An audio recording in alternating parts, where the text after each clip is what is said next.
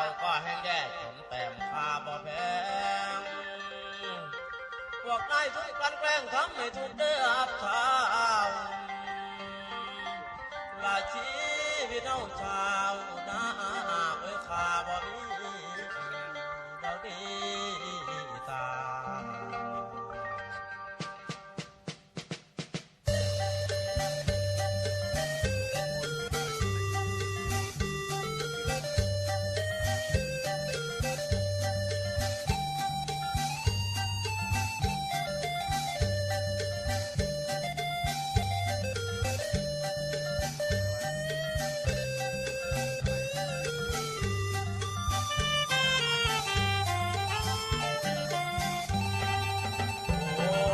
นางตกเดือนหน้าเมษาไปมาต้องการรออยู่หนักให้มาถึงบ้าน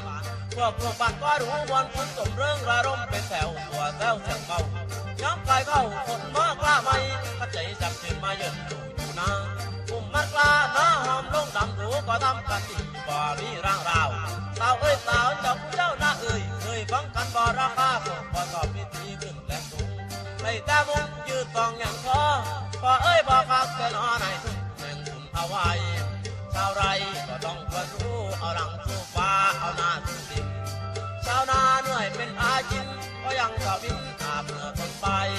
ทำไปพี่น้องชาวไทยเรามารวมใจทำนาทำไรดีกว่าอยู่กรุงวิไลสนุกหัวใจชาวไร่ชาวนามาล่ะผู้สาวชาวนามาขึ้นบ้านมันคำแน่นางเอ้ยเสียงมาลำเด็กเจ้าหามาเป่าไหลควาย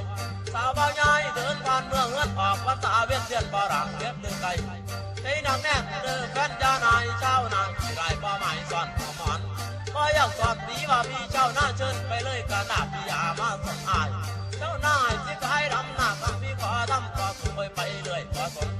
ก็จิกคนเอาแต่เรื่องทำหน้าดูนกกามันขันอยู่งาโพสีตอนยามเย็นตาเป็นรับไปสาวก็ได้พากันกับรังคุยกันสนุกเสียจังพี่เดินตามหลังเปิดบังลำเลินเอาเดินพี่น้องมาเดินเอาเดินมาพวกเราชาวนาพากันกลับบ้านดูแล้วสุขสันต์สำราญสนุกสนานยามบุญกฐินคนเลยสิ้นดินเลยเปียกซุ่มก็ล้มพัดต่อโอยดินแม่ในผมแล้วเราต้องห่วยว่าพวกพี่คงจะมีแรงใจไม่น่าทำไปผมบังไว้ที่ขายเอาเงินก้อนออกมาก้อนแบบผมไปเป็นตู้นอนให้กูก้อนนอนรวมเพียงสองฟองว่าสุดชีวิตบ่มีบัณฑิตดินเน่าชื่นทำหน้ามันชื่น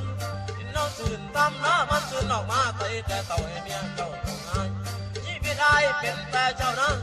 ชีวิตได้เป็นแต่เจ้าหน้าตามประตาคนจนที่คอยรถไปวัดมือไปจนไปวัดมือ